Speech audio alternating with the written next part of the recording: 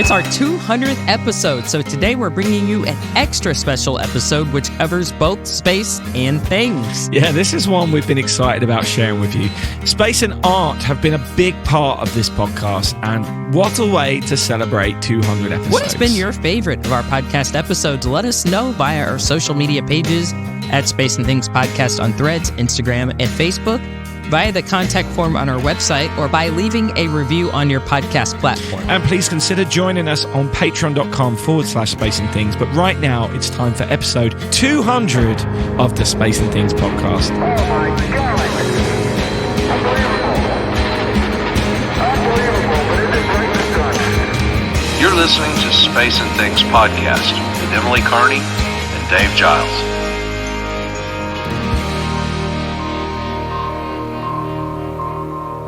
I'm Emily Carney. And I'm Dave Giles, and welcome to episode 200 of our podcast. Can you believe it, Emily? I cannot believe this. This is wild. It's weird. It seems like it was forever ago when we started the show because it was during COVID. On the other hand, it seems like we just started it. So it's very weird, like a time warp kind of thing. So yeah, we've been doing one episode every week since the fall of 2020. Wild. Yeah, I think it was September, wasn't it? For the beginning of September. Yep, September. Geez, coming up to 4 years. 4 years of doing this every single week. 4 years. Every week. I mean, that's nuts, isn't it? Anyway, we haven't spoke for a while. Emily, how you getting on? I'm doing good. Got a few things coming up soon. I'm very excited. So things are good here. How you doing, Dave? I'm very well, thank you. I saw you were a guest on another podcast recently. Yeah, I was on the Your Business in Space podcast. I almost said it reverse, in business or something weird. I believe it's done by the Inter-Astra Institute, and it just got released today, and it was a lot of fun to do it. I'm embarrassed to admit I didn't talk much about space and things. I mainly talked about just the changing space economy and how more people have a spot in it, and some of the work I've done with hipsters and Celestis and other things. But yeah, it was a lot of fun to do. Honestly, it's excruciating for me to talk about myself. I don't like it because I'd rather much talk about anything else. But yeah, Skylab, we could do like 5 hours. Don't I know it? Yeah. Unfortunately, everybody knows this, including Steve, my husband, which is, I'm amazed he's still around. Seriously, it's hard for me to just talk about myself, but I think I did it pretty ably. Yeah, it was a lot of fun. Go listen to it. It's on the Inter-Astra website, and it's called Your Business in Space. And I believe, the episode is called Advocating for Space Hipsters with Emily Carney. So go take a listen. I think it turned out great. Sure thing. And while we're talking about podcasts, Emily and I were also asked to be guests on episode 116 of the This Week in Space podcast with Rod Pyle and Tarek Malik, who we had on this podcast to do our end-of-year review at the start of this year. So that went really well, and I will also put links to that in the show notes. We had a really good time with the two of them.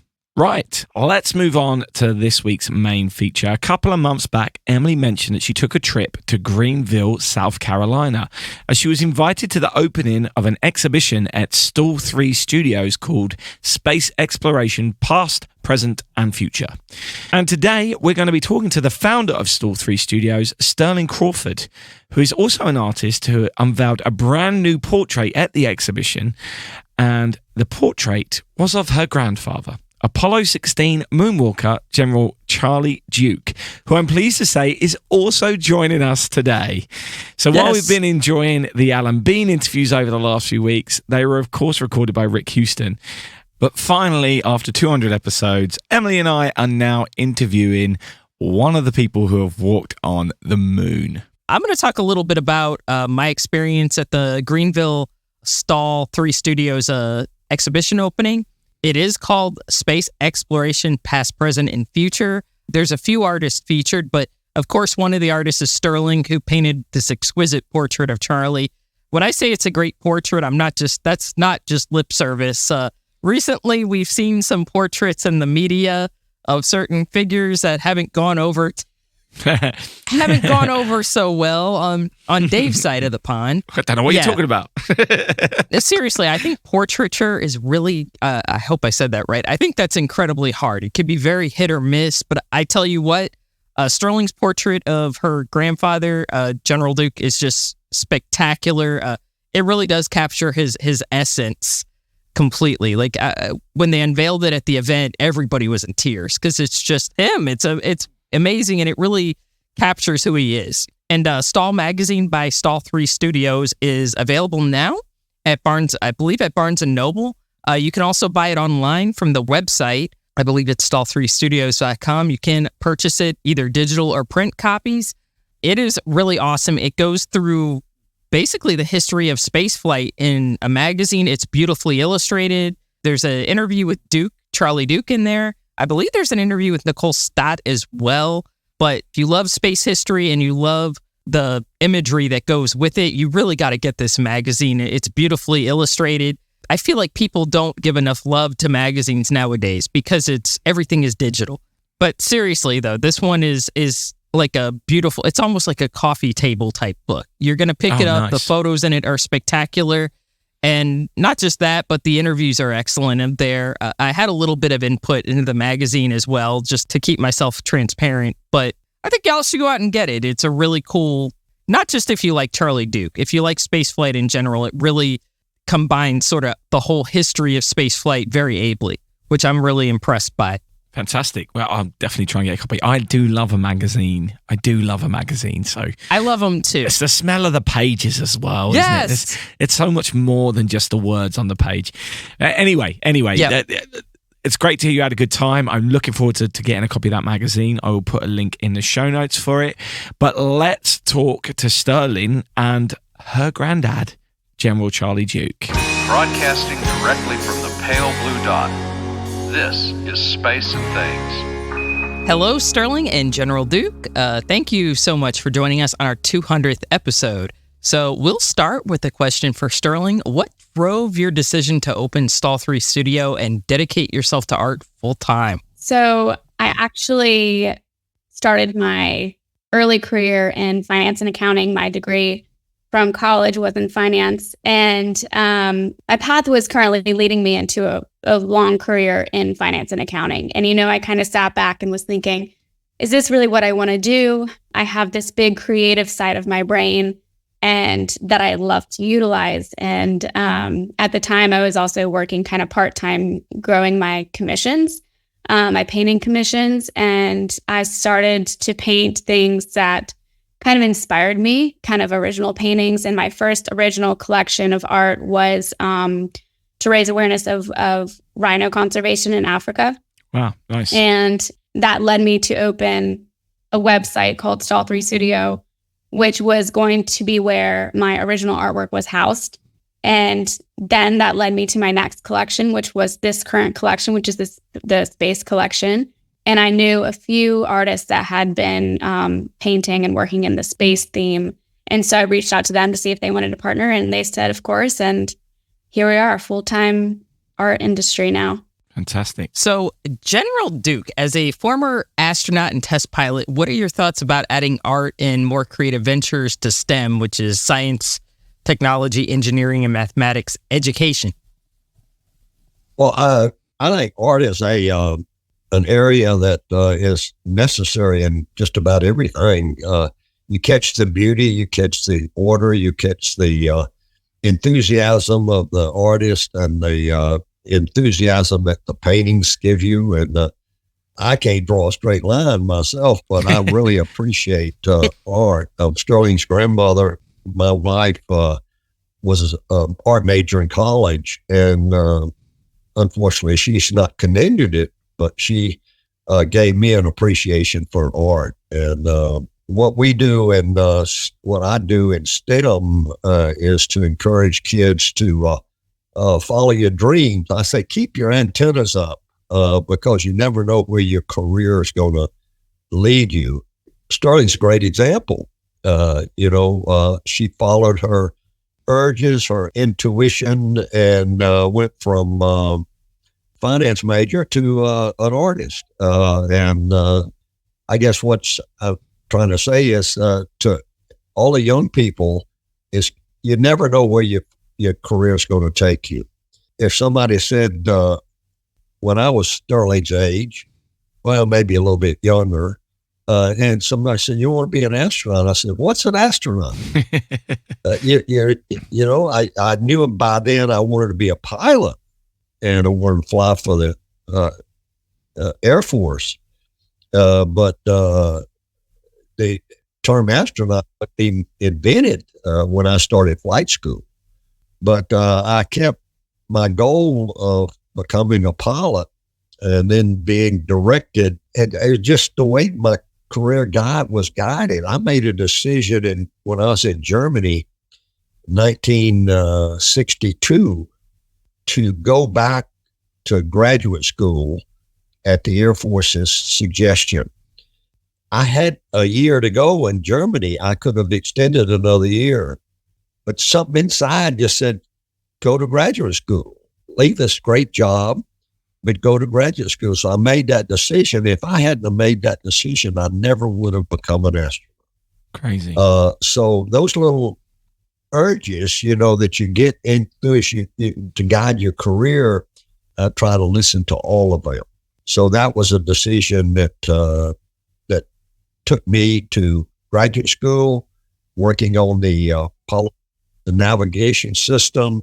And there I met some astronauts, and I never met a group of men who were so enthusiastic about a job as they were. And I said, how do I get that job? And they gave me some advice. He said, get your degree and then go to test pilot school and you might have a chance. I followed their advice, and it turned out to be good advice. And I had a very, very successful career as an astronaut and have built on that ever since. Excellent. So Stall 3 Studio recently opened its Space Exploration Past, Present, and Future exhibition. Which artists are featured, and how does their work represent different facets of the spaceflight story? This is for Sterling.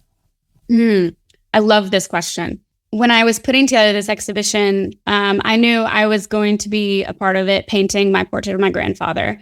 I kind of paint, traditional, realistic oil paintings. And so I wanted another artist and photographers that complemented that, but also brought different perspectives and different types of media to the table. And so my first artist that I reached out to and connected with was, she's a painter out of New York, and she does oil paintings of the moon. And her collection dedicated to the moon is called Insomnia. And the whole theme around it is kind of like how humanity has always had this belief that's been kind of held around space and the moon. And, like the moon is important for the tides. There's so many things that link the Earth and us as humans to the moon. So this series kind of explores that. But her work, they're realistic paintings, but they're very minimal. You look at the moon and you see this beautiful white spear held in the blackness of space. And actually, that's kind of how Granduk always talks about the moon. He always says the blackness of space. And some of these paintings really do exemplify that blackness of space. And then she has some other work that also is of the moon, but it's more of a kind of a romantic feel of the moon. Some of them more have pink hues to them or golden hues. So her work is beautiful and I love it. And so hers are oil paintings, but this is the first time that she's offered these specific paintings as prints. So they're available as limited edition prints, and some of them as paintings as well. And then the other artists that I'm working with, one is, his name is John Angerson. He's a British documentary and portrait photographer based out of London. And his work that's in this exhibition is from his STS-72 project, which was actually one of his first commissions that he ever had early in his career. And it was in the 90s when he was granted access to Kennedy Space Center and Johnson Space Center to document the final months of a year-long training mission for one of the space shuttle missions. And what I love about his work is he kind of photographs the crew behind the scenes. So it kind of shows them, the astronauts, as humans in a way, like how they interact with one another. One of my favorite one of his is the crew playing cards in between training. So they're all geared up, but they're sitting around this table playing cards. He just actually won an award for this project. The the 2023 Best Photography Award at a photography festival in China. So this project is really prominent. And then the, I guess, fourth artist in this exhibition is Andy Saunders. He's a British image restorer out of the UK, and he's known for his collection or project called Apollo Remastered. In this project, he basically takes all of the old footage from the Apollo missions and layers them on top of one another to create these stunningly kind of high quality HD photographs of the Apollo missions. Two of his works are from his current Apollo 16 collection. And then since we kind of are partnering with Grand Duke Charlie, he decided to create a new work specifically for this collection, which we're calling Charlie Saluting, because it's of the image of Charlie saluting on the moon. You usually think about the jumping salute photograph, which is of John Young. And so this one is kind of like a rarely seen kind of newly remastered image, which is offered as an open edition and limited edition print, and is signed by Charlie. So each sale, $250 is donated to the Astronaut Scholarship Foundation, which raises funds for scholarships for STEM students.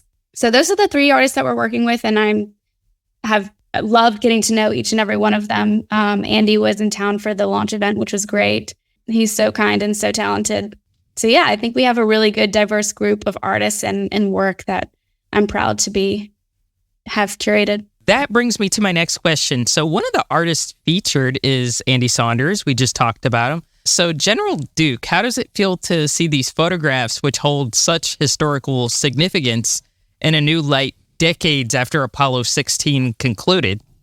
Well, when I first saw what he had done, I was incredulous. I couldn't believe that what I was looking at has transposed so much from the original 70 millimeter Hasselblad film most of these things come from. And what he had done was outstanding. I saw it first time on the YouTube, and I wrote a comment to it in YouTube. I've never seen anything like this, and it is really, really good what you have done, and it will be I guess a record of the beauty of the moon that you have instilled in these photographs that you don't really see in the original ones. And so I'm very, very surprised, and I was surprised to see the quality of his work, and then to be able to see that again in such vivid memory that it was just like I was there again. And so it was. It's been fantastic to get to know him and to enjoy his work. Yeah, we're big fans of Andy's work. I've got a piece right there on my wall and another couple at home. Brings me to this question: when you were on your mission and taking photographs, did you at any point consider that what you were doing was art, or were you purely focused on taking photographs for the sake of scientific purposes at that point? The second, I have not even an inkling of artistic beauty in my brain, if you will. So we were basically taking photographs to document what every sample was and the view that we were seeing. Yeah. Unless we had stopped and turned on the TV, they couldn't see the mission control of the world couldn't see what was going on around us. And so we had a series of photographs on every rock that we collected. We called it documenting the rock. One before we picked it up, one after we picked it up and showed where it was in the stuff. And we had cross sun, down suns, all different kind of photographs that we were to take. And so that our focus was, I'm going to do this right, you know, and this is what they want me to do, and I'm going to make sure I do it right. And so we practice, probably several thousand hours in our spacesuits on Earth, and just in short sleeve, if you will, but with the camera mounted on our chest, we learned how to point that camera and to document everything that we had to document. And so we were well trained. It turned out that the documentation was very critical for some of the samples. My focus was do it right, and I want them to come out proud of what we had done. And so our focus was not to get a beautiful photograph. That happened a couple of times. When John was saluting the flag, I wanted to get that right. And when I tried to focus him on him doing a task, we wanted to get it right. And sure enough, most of the photographs that we took turned out to be usable, if you will, and it gave a good understanding of the rock in situ. And then later on, when we picked it up and held it, and they could photograph it. And so not only the still photographs that we took, but also the television. When we turned on the television, it was controlled by Mission Control. And so we just abandoned the television to their operation, and they were able to capture a lot of what we were doing and seeing the bigger picture of our landing, of our sample area. And so they got a better feel for that. And a lot of our photographs were pans. Every 20 meters, every 20 degrees, we turn and do a 360 degree panorama of our landing area, of our sample area. And Andy was very able to take those panoramas and whatever he does to make them just beautiful and so distinct and so sharp. It was tremendous. And so I'm glad that we got what we did was mostly right. I can't say that every picture we took was correct. So I took a picture of my boots sometime and black space sometime. And, it was, so it didn't always work, but 99% of the time they turned out okay. It must be quite bemusing now, seeing that your photos that you have taken or that John Young has taken of you hanging in galleries, being that you don't consider yourself to have the slightest bit of artistic merit within you at all, and there you are in an art gallery. That must be quite something. Well, I'm not there because of the ability to do what Sterling and Andy have done. So just to be a subject of their outstanding work is pleasing to me. To be her grandfather and see her art and her enthusiasm and what she has undertaken is just touches my heart. Yeah. Awesome. So that brings us to our next question. So Sterling, you recently unveiled your grandfather's very moving portrait. So what was the painting process like, and what aspects of his life inspired it? I noticed small details like his wedding ring, for example, they were added.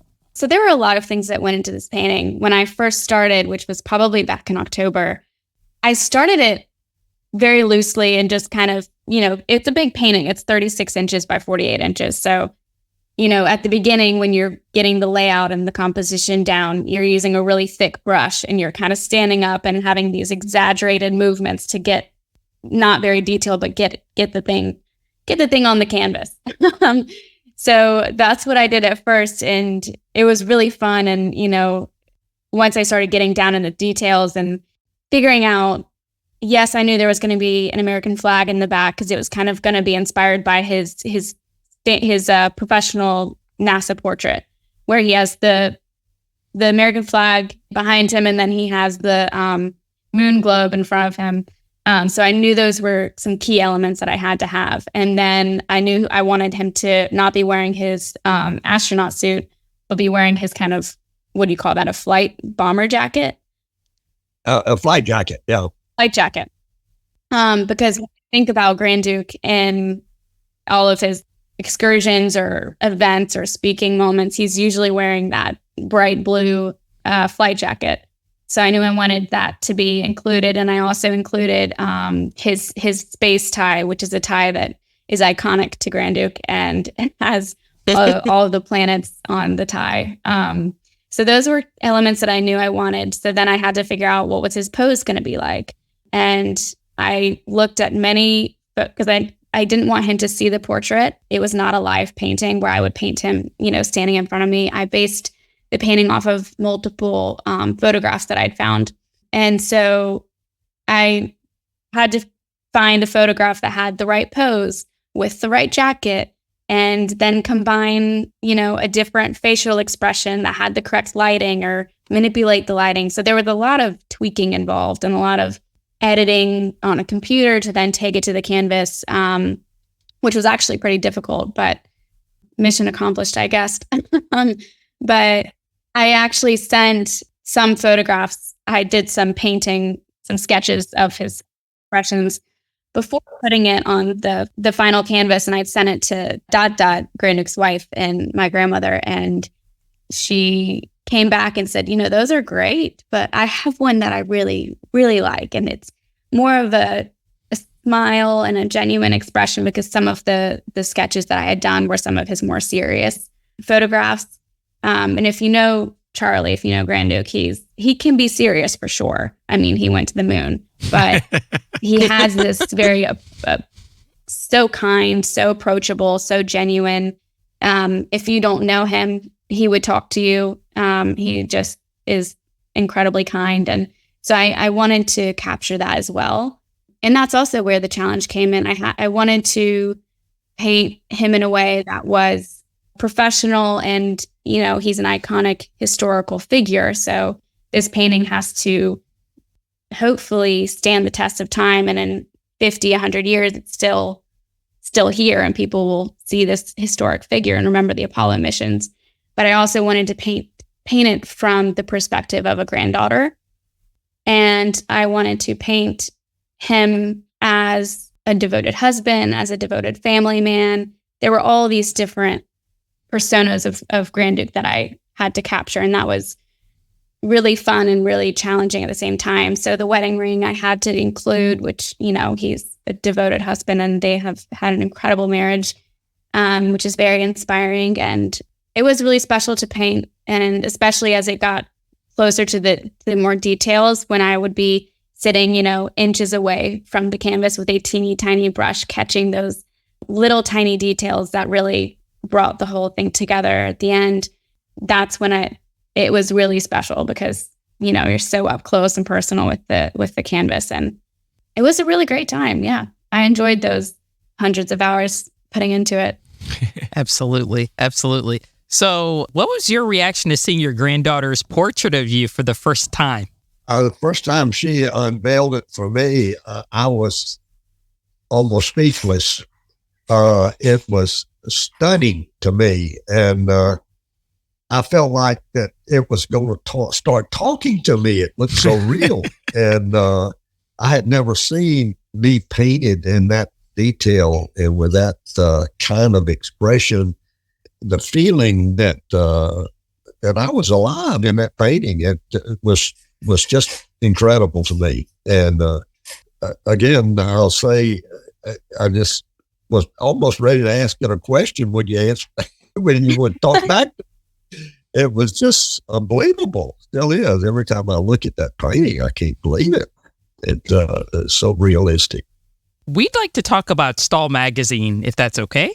It has been described as a journey through the space industry and history. So what kinds of features can we expect, without spoiling too much of it, in its inaugural issue?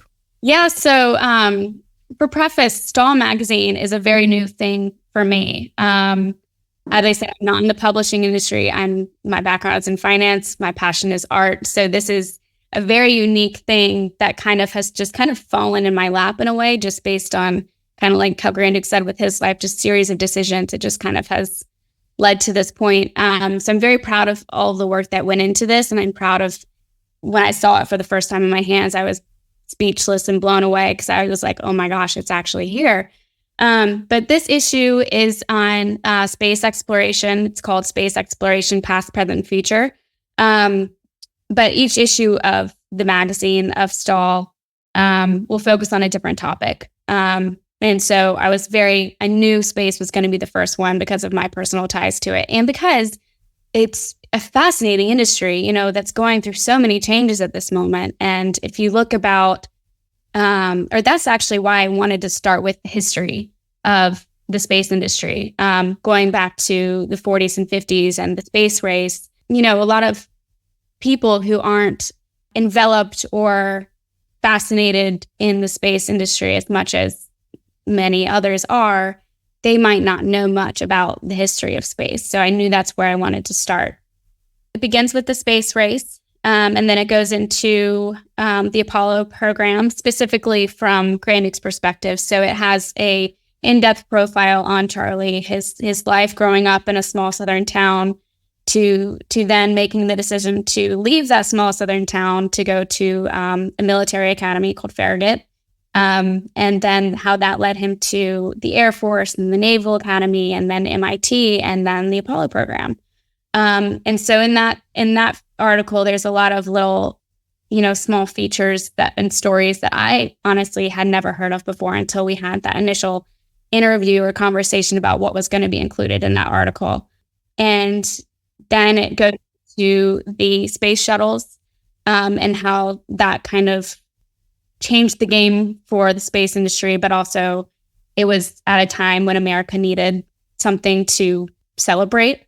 And then it goes into today and, what have we been doing since the Apollo program? Why have we not gone back to the moon? And then it goes into kind of the space economy today and how we are going to get to a $1 trillion economy by 2040 and the steps that might need to take to encourage that, facilitate that, and ensure it's a sustainable industry at that point. And then I have a really cool interview with Nicole Stott. I loved our conversation, and she's such a kind person and smart person and funny person. And so that has some funny stories about being a female in the male-dominated industry. And then it goes into kind of the future of space and, what does that look like? What do we need to be aware of from a defense perspective? And throughout this issue, I'm, like I said, I'm not a publisher, I'm not a writer, I'm not a space professional. So I really looked towards people in the space industry for advice and for fact checking and for topic generation. And so some keynote people that were included is obviously my grandfather, Charlie. We have Nicole, like I mentioned. We have space economy expert Kevin O'Connell is featured. We have former NASA administrator Jim Bridenstine. And yeah, there's a few other people involved, but it really showed me a lot about the space industry, and I've learned so much, and I hope other people will learn a lot about it if they're not within the space industry. And for people who are in the space industry, I hope it inspires them and entertains them. And yeah, I hope it fits all different types of people. Excellent. So where can we find it? Yeah, so starting May 28th, it's going to be available in Barnes & Nobles across the country. And it's also available online on stallmagazine.com. There's various offerings, print, digital, and then a duo subscription. Stall Magazine does cover the present and future of spaceflight, which is very different from how business was done during the Apollo era. So are you both excited about the future of spaceflight, and what interests you both the most? Well, let me start. I am excited about the future. The private enterprise in space is growing exponentially with companies like SpaceX and Blue Origin and others getting started, working with a new company called Phantom Space, which is, and I'm involved with another company called Lone Star, which is satellite CubeSat manufacturing and stuff like that. I see a tremendous influence in development of commercialization of space, if you will. NASA, I feel like, is with the budget problems that NASA's facing, and has for the last 30 years or more, that they're going to be focused on what I call deep space, to the moon and beyond, and then leave the near space to a private industry, and they're going to do a really good job with it. And launching satellites and manned programs. There's a great international cooperation, I see. And so it seems to me the future is bright with space. So hopefully we'll get a big international consortium, if you will, that will we can all work together. I see Artemis, return to the moon, coming together as a not only a commercial venture, but also a NASA venture and eventually a space-based, moon-based space station, permanently manned and built out into what I call a space habitation or space camp or space base, if you will. And I probably won't be around when all of that is finalized and as be building. To me, it's going to be an ongoing project to build and maintain and operate on the moon. It's a fantastic operational base for space exploration and samples and learning how to manufacture and learning how to live on a hostile environment like the moon. So we are well on the way. Sort of behind schedule, I think, but I see a tremendous success in all of what's going on, not only in near space, but in deep space. And thanks to SpaceX and Blue Origin and other private companies, Europeans involved. So Artemis is getting to be a big international program and a very complicated one because of what we plan to do. But I see the expertise there, and the building of the hardware is progressing. I'm excited about it, and so I'm a very big proponent of man in space. I would agree. What excites me is the return to the moon with Artemis. The Gateway is a really interesting thing to learn about for me. Also, what's interesting and what I'm excited to see kind of unravel over the next decade is, as we do return to the moon, as we have, longer term activity in space and on the moon, what kind of businesses will arise from that? I mean, one of my favorite conversations with Kevin O'Connell, the space economy expert, was about how to have a sustainable lunar presence, you need food, you need art, you need music, you need all these things that we need here on Earth to have a sustainable presence. Maybe not like to actually be on the moon, but if you're on the moon for a year, how are you going to be up there for a year, with a good mental state without some like good food, for example? So I think there's a big opportunity for a lot of different types of people to be involved with the space industry. I'm just excited to see how that unfolds. Sterling, when you and your cousins were younger, did you ever have conversations about what your grandfather did and whether any of you perhaps wanted to go to space? And as you've got older, are you still do any of you still look up there and go, yeah, I'd like to go up there and see what Granddad did? Yeah, that's a really great question because I have a bad answer. So growing up, we didn't talk about Grand Duke walking on the moon because it was so normal to us. Yeah. Our fun fact in class when we were in lower school or elementary school might have been, oh, my grandfather walked on the moon because, it's pretty cool. And people would look at you and be like, oh, my gosh. And then you were known as being the girl in the class who with the grandfathers walked on the moon, especially because in our school, we have a third grade project where, everyone chooses a historic figure from South Carolina, and one person always chooses my grandfather. And so, but within the family, we were always proud. We were always curious, asking questions here and there. But questions would be like, well, what did you eat on the moon? Well, how did you go to the bathroom? And all of these, questions a child would ask. But it really wasn't until the past, I would say 5 years, where I really realized, oh my gosh, my grandfather has walked on the moon. He's one of a handful of people that have walked on the moon. And to even still be alive, to be able to ask questions and engage and learn and talk about it is even more fantastic. And so that really is kind of what drove me to do this collection. So I am embarrassed to say that it wasn't until recent that I really realized the weight and the significance that my grandfather has and has done for not just this country, but for our entire humankind. But now I think all of my siblings and cousins are actively engaged and want to learn more. One of my cousins, he's actually in Texas right now, and he's probably the one that will be long-term in the industry. But yeah, it really is. It's fascinating. So yeah, whenever I do look at the moon today, every single time I look at the moon, I think of my grandfather and what he's done and what it was like to walk on the moon, because I know someone who has. So just imagining his perspective setting foot on the moon is just incredible. Absolutely. Well, thank you both for your time today. This has been a really wonderful conversation. We really appreciate it.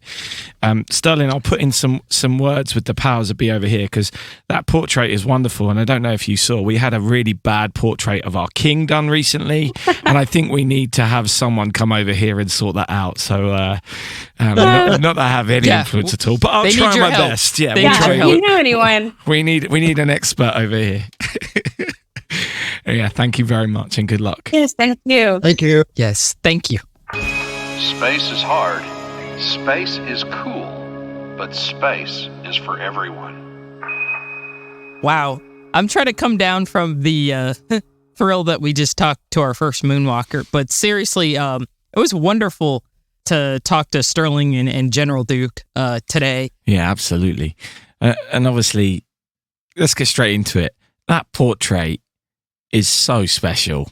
It is. Portraits in person are always even more astounding than just seeing a print of it. There really is something magical about it. When you go down to National Portrait Gallery in London, for example, and you see images that you've seen in textbooks your whole life in the flesh, they're almost especially oil painting, there's like a 3D quality to them, isn't there, when you're standing in front of them. So when General Duke there was talking about how when he first saw it, it was like he thought it was real, and perhaps this person was going to start talking back at him. I can understand that, because having stood in front of oil painted portraits before, that is certainly something you feel. I really enjoyed that interview. I think I'm really glad to see another of the moonwalkers get involved with art in this way. Yes. Obviously, over the last few weeks, we've been focusing on Alan Bean and his story. And although Charlie doesn't consider himself to have any artistic ability at all, which I think is a very humble position to take, because those photographs had to be taken by someone, right?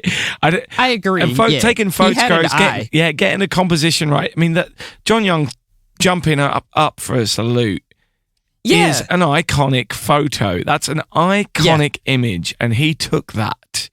So that is a piece of art, in my opinion. And it doesn't matter how it's been processed or restored. Every good photographer is using Photoshop or Lightroom or whatever to bring out different colors and contrasting features in their photo, in their works these days. It's part of the job. It's not just the point and shoot. You can be just point and shoot, but most people are doing more than that. And that's part of the art of it. So yes, although someone has helped do that side of it, the composition has come from the general. So I think there is more artistic talent inside him than he would than he would share. And I thought that was very humble of him to downplay that.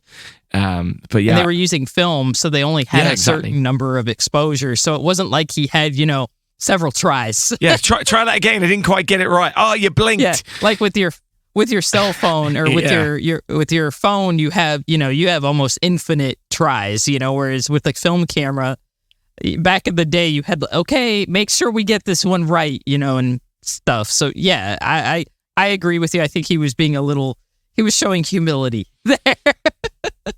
Absolutely. But yeah, so I just thought that was a wonderful interview. I think it was great having the two of them talk about the experience together, both getting the experience of Sterling painting the portrait and then hearing Charlie's reaction to the portrait. I thought that was really interesting.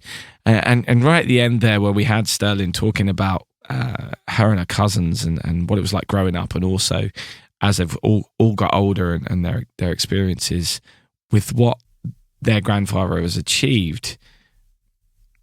Patreon subscribers, check out the video.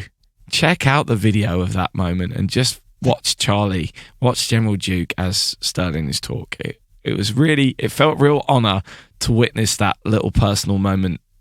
Although they weren't in the same room, they're both on Zoom, but it was still a really nice moment. So if you're one of our Patreon subscribers, just check out that part of the video, because I felt very lucky to be a witness to that little moment between the grandfather and granddaughter there. That was special.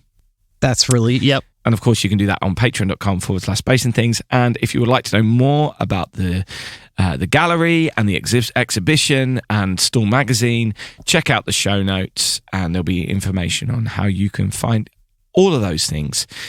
Just check in the description of this podcast on your podcast provider, or head over to our website, spaceandthingspodcast.com. From Sputnik to Starship, this is Space and Things. So, Emily, what's caught your eye over these last few weeks? Well, unfortunately, it's more of a sadder story. General Bill Anders of Apollo 8 died in a plane accident. We're going to dedicate a whole upcoming episode to him in a few weeks. So I just wanted to point that out before anybody's like, you didn't do an episode about that? We are doing an episode about him by somebody who knew him very well. So that is coming up very soon. We will pay tribute to him. And another passing that happened recently was Dr. Edward Stone. He may not be more of a household name like Anders was, but Edward Stone, if you're familiar at all with the Voyagers, the two spacecraft that are currently in interstellar space, he was the project scientist for the Voyagers pretty much the entire time of their missions. I believe he was the project scientist for 50 years, from 1972 to 2022 when he retired. And he just passed away a few weeks ago at age 88. We will have his obituary from JPL in the show notes. Really, when you read his obit, and I'm stealing these words from somebody else, because me and a few other people were talking about Dr. Stone's passing recently, because the person's going to come back and be like, you didn't say that, but his passing is very sad.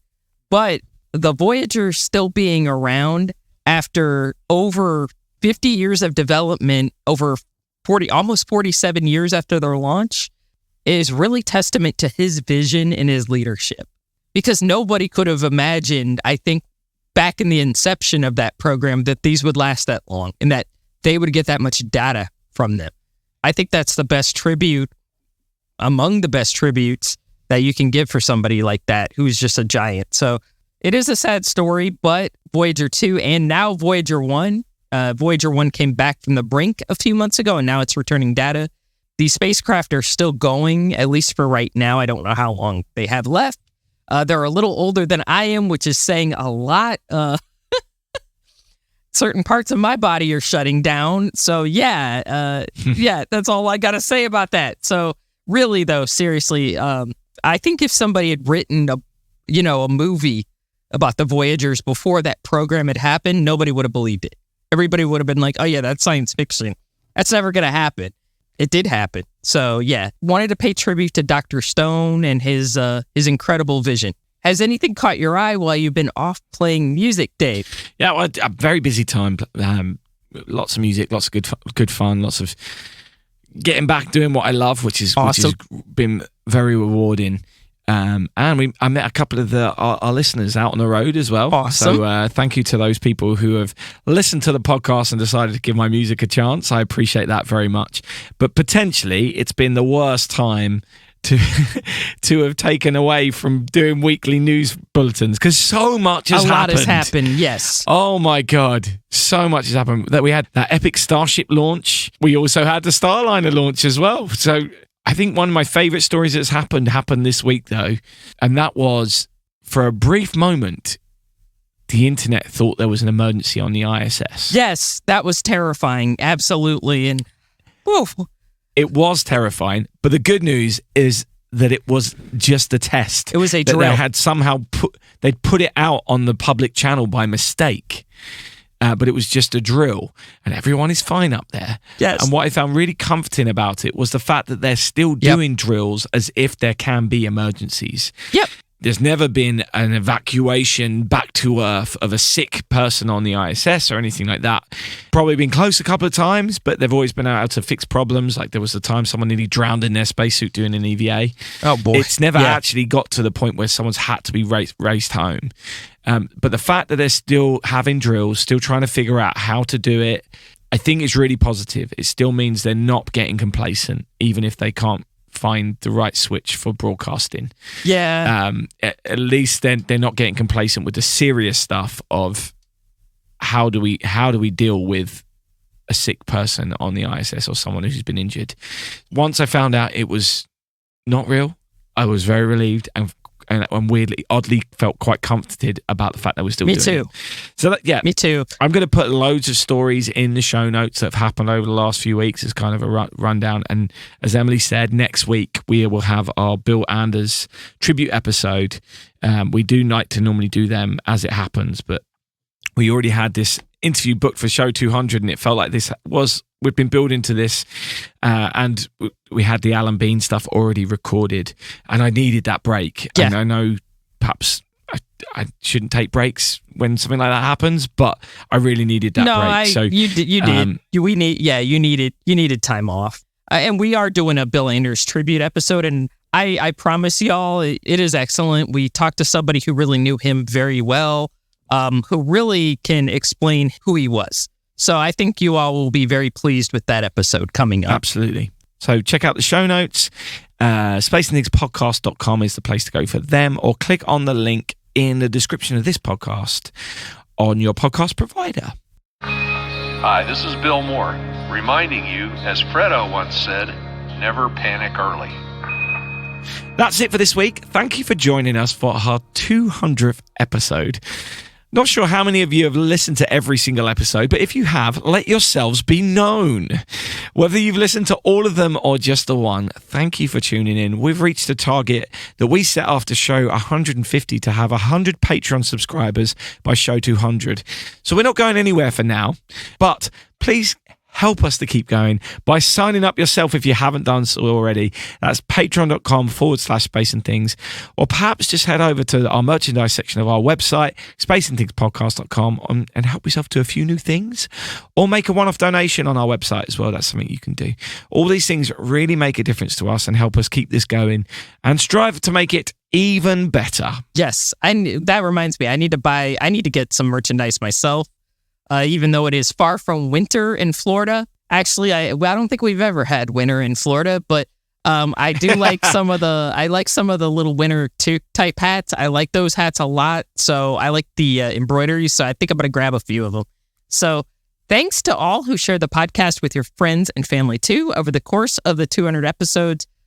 It's hard to imagine we've not covered a topic for everyone to enjoy at least one episode. We'll be back next week with more Space and Things, but don't forget, in space, no one can hear you mean.